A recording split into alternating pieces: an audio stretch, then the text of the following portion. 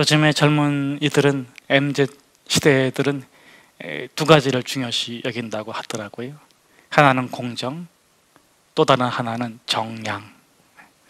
그래서 공정을 주장하면서 정량도 원한다 그래요. 더 일하지 않고 덜 받지도 않고 하루 일하고 하루 놀고. 저는 그게 너무 부러울 때도 사실은 있습니다. 나도 하루 일하고 하루 놀고 그렇게 살면 어떨까 하는 그런 마음도 있지만, 정말 제 마음속 깊은 곳에는 더 열정적으로 살고 싶은 그런 간절한 마음이 있습니다. 다른 길을 가겠다는 것이 아닙니다. 지금도 너무 만족하지만 후회돼서 그렇게 하는 것도 아닙니다.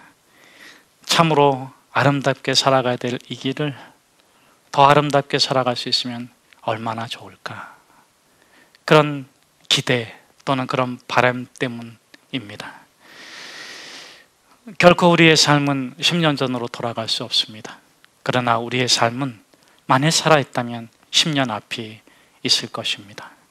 그 10년 뒤에 저와 여러분이 정말 잘 살았어, 정말 열정적으로 살았어, 정말 기뻐, 그렇게 고백할 수 있다면 참 좋겠습니다. 아마 그렇게 살기 위해서 우리는 앞으로 10년 동안 빼야 될 것도 있고 더 해야 할 것도 있겠죠. 그렇지만 빼지도 말고 더 하지도 말고, 빼야 될 건 빼고 더 해야 될 것은 더 해야 되겠지만 꼭 붙잡고 살아가야 될 삶의 방식도 있답니다. 오늘 본문에서 사도 바울은 어떤 일이 있든 어디로 가든 언제든지 빼지도 않고 더하지도 않고, 뺄 건 빼버리고 더할 건 더할지라도 꼭 붙잡고 살아가는 삶의 방식에 관해서 우리에게 전해주고 있습니다. 보다 아름다운 삶을 이루기 위한 바울의 선택은 자기의 관례대로, 여전한 방식대로 사는 것이다. 좁고 험한 길 사는 바울은 여전한 방식대로 살았기 때문에 어쩌면 이렇게 크게 외칠 수 있게 되었는지 모르겠습니다. 나는 선한 싸움을 싸우고 나의 달려갈 길을 마치고 믿음을 지켰으니 이제 후로는 의의 면류관이 나를 위하여 예비되었으므로 주 곧 의로우신 집 판장이 그날에 내게 주실 것입니다. 그러나 나에게만 아니라 여러분 모두에게 주실 것을 믿습니다. 그렇다면 자기의 관례대로, 여전한 방식대로 산다는 것은 어떤 의미일까요? 그것은 무엇이겠습니까? 또 왜 누가는, 이 사도행전의 저자 누가는 이 시점에서 그 단어를, 그 문구를 강조하고 있는 것일까요? 바울이 바로 이전 빌립보에서 새로운 방식을 경험했기 때문에 그렇습니다. 그 새로운 방식은 무엇입니까? 그렇게 어렵게 들어와서 환상을 보고 마게도냐 사람을 구원하기 위해서 갔는데, 근데 거기에는 뭐가 없었습니까? 유대인의 회당이 없었어요. 그래서 기도처를 찾으러 나갔다가 여인들을 만났고 루디아를 만났고, 그리고 귀신 들린 여정을 고쳐주었고, 감옥에 갇혔고, 그 다음에 감옥에서 찬양하고 기도했더니 놀라운 일이 벌어졌잖아요. 그렇죠? 뭐가 풀어졌어요?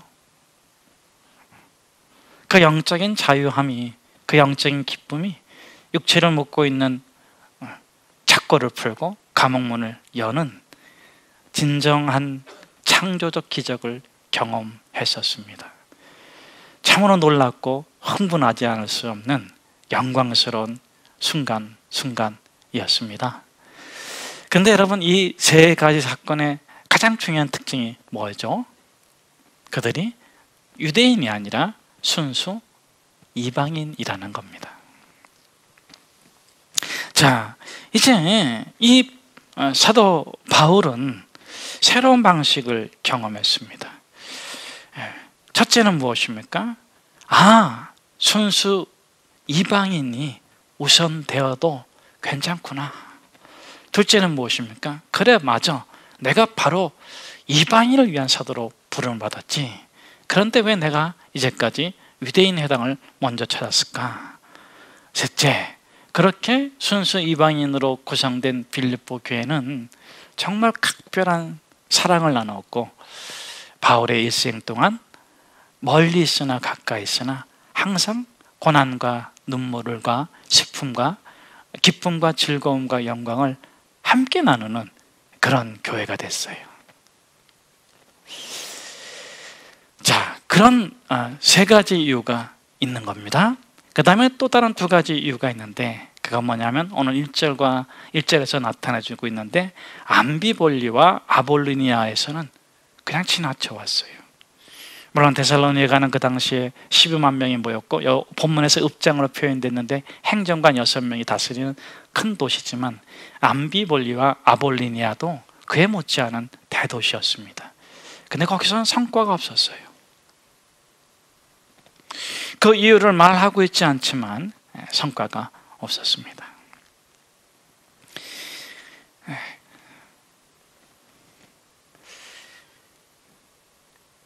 그런데 다시 이 데살로니가에 와가지고 3주 강의를 했더니, 복음을 전했더니 교회가 또 생겨났어요. 너무 기쁘고 행복합니다. 자, 만일 이 바울이 이렇게 3주 설교했는데, 강론했는데 교회가 생긴 걸 보면서 암비볼리나나 아볼리나로 되돌아가고 싶은 마음이 생기지 않았을까요? 다시 기회가 주어진다면 거기도 복음을 전하고 교회를 세우고 싶은 그 마음이 부릴 듯 일어났을 것임에 틀림이 없습니다. 자, 그럼에도 불구하고 그는 되돌아가지 않습니다.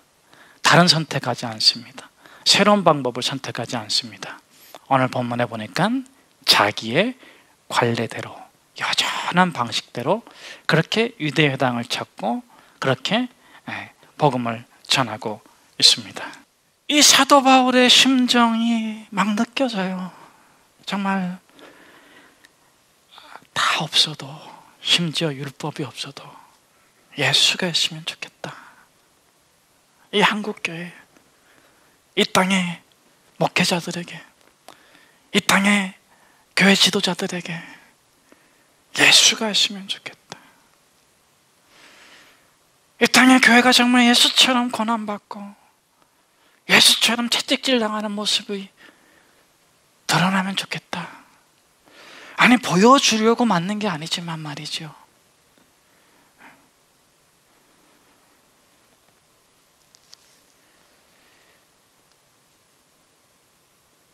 어쩌면 우리의 선교가 유럽 교회, 유럽 전역을 다시 선교해야 하고 있는 것처럼, 어쩌면 얼마 못 가가지고 한국 교회도 선교의 대상이 되지 않을까?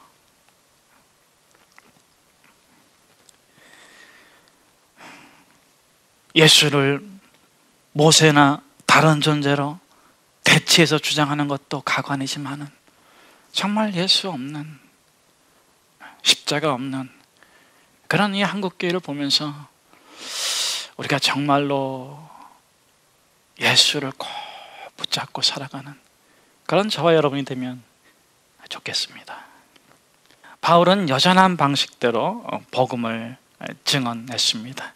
그래서 오늘 본문에서는 자기의 관례대로 그렇게 복음을 증언했다, 이렇게 말씀해주고 있습니다. 그것은 자신이 구원받고 나서 자신의 영혼이 지옥에 떨어지지 않으려고 끝까지 바울이 붙잡고 싶은 삶의 방식이기도 하지요. 자, 왜, 무엇 때문에 그렇게 했을까 하는 것인데, 그것을 데살로니가전서 2장 2절에서는 이렇게 한 번 더 강조해주고 있습니다. 너희가 아는 바와 같이 우리가 먼저 빌립보에서 고난과 능력을 당하였으나, 거기서도 고난과 능력을 당했고, 이고니온에서 당했고, 르스드라에서 당했고, 안디옥에서 당했고, 구부러해서 당했고, 그런데 여전히 똑같은 방식으로 너희들에게 복음을 전하는 것이죠. 많은 싸움 중에서 하나님의 복음을 너에게 전하였다.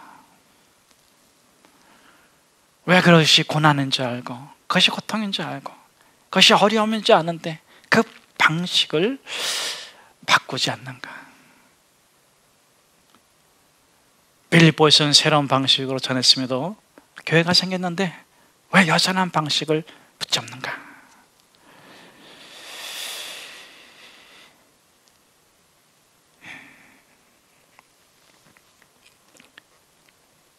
이렇게 제가 한번 경구로 표현해 봤습니다. 고난과 고통의 과정을 통하여 보석을 캐내어내는 방식이다. 가장 가치 있는 것을 얻기 위해서 그 대가의 고난을 감당하는 방식이다. 행동주의자 신학자이며 순교했던 보네퍼는 여러분 값싼 은혜 버리십시오. 여러분 값싼 신앙 버리십시오. 여러분 값비싼 은혜 받으십시오.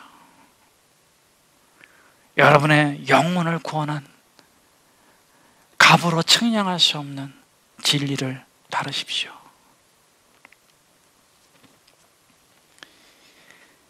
또 다른 이는 그것을 강제된 의인이라고 말했습니다. 그건 제가 정의한 건데요. 강제된 의인의 삶을 사십시오. 위인이 세 가지 종류의 위인이 있다고 하잖아요. 태어나면서부터 위인이 있고 노력해서 된 위인이 있는데 운명이 그를 수렁텅이로 구렁텅이로 집어던져서 같은 고생 속에서 그 고난을 다 이겨내서 위인된 사람들이 있다고 제가 글을 읽으면서 그래 맞아. 바울은 이 길을 선택했구나. 태어나서 의인되는 유대인의 삶을 포기하고 자기 노력으로 구원받는 이방인의 삶도 포기하고 십자가 만나서 예수님 때문에 강제된 의인, 그 의인의 길을 걷고 있구나. 생명을 얻기 위한, 생명을 생명되게 살기 위한 그 어떤 가치도 참 가치가 되게 하기 위해서 고난과 수고도 마다하지 않고 그 가치를 캐내는구나. 이 사도 바울이 전하는 복음은 3절에서 소개된 것처럼 세 가지죠. 고난과 죽으심과 다시 살아나심입니다. 이 복음을 믿는 사람은 이상하게도 반드시 틀림없이 이 세 가지를 겪게 되더라고요.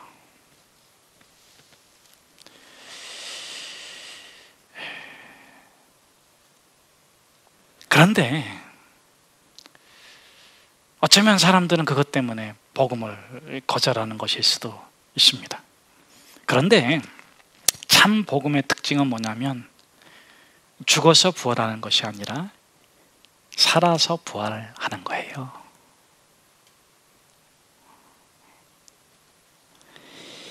부활은 두 가지가 있습니다. 영생의 부활이 있고 이생, 현세의 부활이 있어요. 여러분, 예수님께서도 부활의 모습을 우리에게 보여주셨는데 3년의 공생에 그리고 나서 십자가에 죽으시고 부활하시고 40일 동안 이 땅에 사시면서 두 가지 부활을 다 우리에게 보여주셨어요. 여러분, 반쪽짜리 신앙인 되지 마세요. 온전한 신앙인 되시기를 축복합니다. 온전한 신앙인은 뭐를 깨달은 사람이냐면 영생의 부활이 있고 현세의 부활이 있구나. 자, 그럼 제가 물어볼게요. 영생의 부활은 무엇이고 현세의 부활은 뭘까요? 해를 받으시고 죽으신 후에 다시 살아나신 예수를 믿는 것이 믿음이고 복음인데, 여러분, 죽음의 부활은 영생에서 이루어지는 거예요. 고난의 부활은 지금 여기서 살아가셔야 돼요.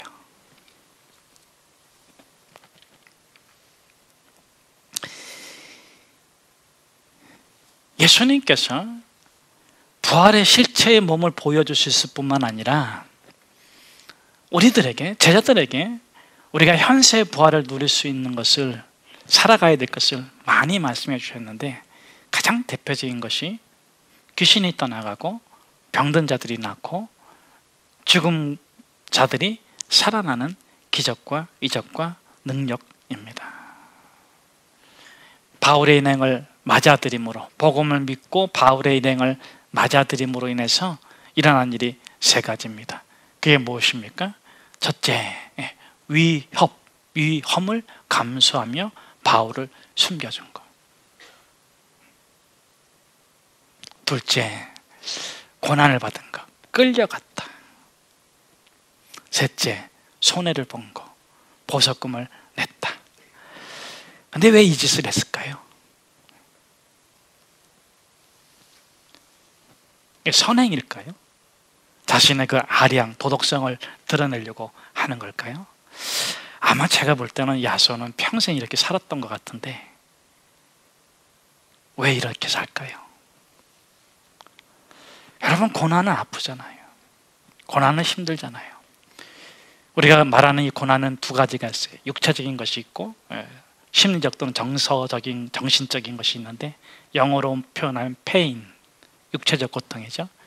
suffering, 정신 또는 심리적, 정신적 고통이에요. 이 pain이든 suffering이든 공통된 특징이 있는 거 아시죠? 첫째는 뭡니까? 익숙해지지 않는다. 둘째는 뭡니까? 적응되지 않는다. 아, 아프다. 아, 힘들다. 아, 이거 어저께 틀림없이 많이 연습해가지고 안 아프기로 했는데. 야, 너 그거 어저께 다 정리된 거잖아. 그 통증 그거 다 정리된 거잖아. 너 정신적이고 정서적인 거 다 정리된 거잖아.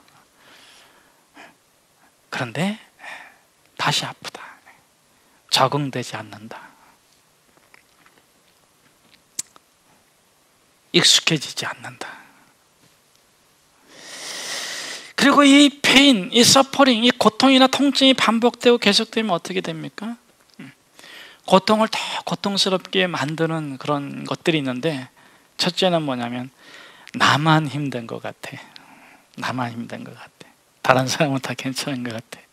옆에 있는 분들 얼마나 멀쩡하게 잘 계신지, 그렇죠? 네. 아주 예쁘십니다. 아주 멋지십니다. 그냥 근심 걱정이 하나도 없으신 것 같아요. 반갑습니다. 반갑습니다. 집에 가가지고 나만 힘든 것 같아. 두 번째로는 뭡니까? 내 안에 있는 고통을 잘 표현을 못해. 내가 이렇게 설명해도 잘 못 알아듣더라고요. 남편도 잘 못 알아들어. 그래가지고 관두자. 여기까지만 하자. 못 알아들으니까 어떻게 돼요? 그 자꾸 다툼이 돼. 여기까지. 세 번째는 뭡니까? 그러다 보니까는 고립이 돼. 온 세상에 누구 혼자만 있는 것 같아요? 나만 이렇게 외딴 섬처럼 있는 것 같아. 어떻게 살아가야 될지 답을 찾지 못합니다.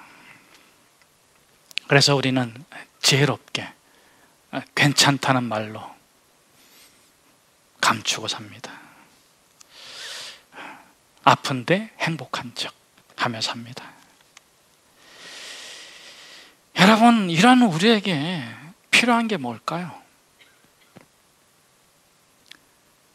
그 고난, 그 아픔, 그 통증, 그 고통이 부활해야 돼요. 그 부활을 우리가 체험하고 경험하며 살아야 됩니다. 바로 그것 때문에 바울은 사역을 위하여서 여전한 방식으로 살지만 자기 자신을 위하여서도 고난을 두려워하지 않고 오히려 고난받고 있는 자기 자신을 다른 성도들에게 본받으라 그럽니다. 베드로도 다른 성도들한테 나를 본받으라 그래요. 이렇게 본받으라 그럴 적에는 고난받는 자기를 본받으라는 거예요. 데살로니가전서 1장 6절에서도 너희는 많은 환난 가운데서 생명의 기쁨으로 말씀을 받아 우리와 주를 본받는 자가 됐다. 너네도 고난의 부활을 경험했다. 너희가 우리를 본받아서 고난의 부활을 경험하며 살고 있다. 베드로전서 2장 19절 20절 말씀은 애매의 고난을 받아도 하나님의 생각함으로 슬픔을 참으면 이는 아름다우나 죄가 있어 애매의 고난을 받아도 하나님을 생각함으로 슬픔을 참으면 이는 아름다우나 죄가 있어 매를 맞고 참으면 무슨 칭찬이 있으리요. 오직 선을 행함으로 고난을 받고 참으면 이는 하나님 앞에서 아름다우니라. 21절 말씀이 중요한데 이렇게 말하고 있어요. 이를 위하여 너희가 부르심을 입었다. 이건 틀림없이 우리가 괴롭고 힘들고 울고 불고 살라는 게 아니에요. 너희가 죽음에서 부활해야 되는 것처럼 너희가 당하는 온갖 시련과 환난과 고통과 고난 가운데서 부활해라.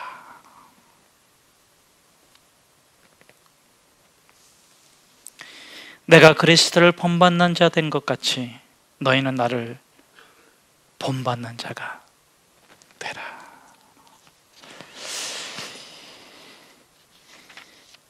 여러분, 우리가 예수 그리스도를 믿고 예수와 함께 고난도 받기를 결단하는 순간 우리에게 어떤 일이 일어납니까?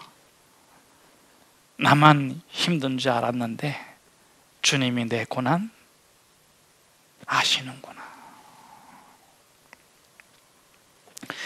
그 누구에게도 내가 당하는 어려움과 고난을 설명해도 아무도 내 마음처럼 알아주질 못했는데 주님, 나처럼 내 아픔을 아시고 느끼시고 이해하시는구나. 온 세상에 나 혼자인 줄 알았는데 주님이 나와 함께 계셨구나. 어떻게 살아가야 될까? 답답했는데, 답을 찾지 못해 답답했는데 예수 생각하면 길이 열리고 힘이 나고 지혜가 생겨요. 그러기에 사도 바울은 이렇게 말하는 것입니다. 여러분, 예수 믿으셔야 됩니다. 예수 따라 사셔야 됩니다. 예수님처럼 죽음에서도 부활하지만 여러분이 영생에서 영원토록 하나님과 함께 살 것이지만 여러분이 지금 이 육체의 생명을 누리고 있는 동안에 고난에서 부활하셔야 돼요. 체험하며 살아야 돼요. 그가 찔림은 우리의 허물 때문이요, 그가 상함은 우리의 죄악 때문이라. 그가 징계를 받음으로 우리는 평화를 누리고 그가 채찍에 맞음으로 우리가 나음을 입었도다.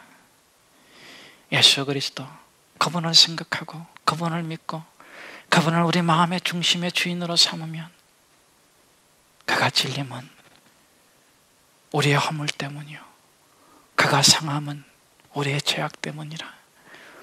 그가 징계를 받음으로 우리가 평화를 누리고 그가 채찍에 맞음으로 우리가 나음을 입는도다.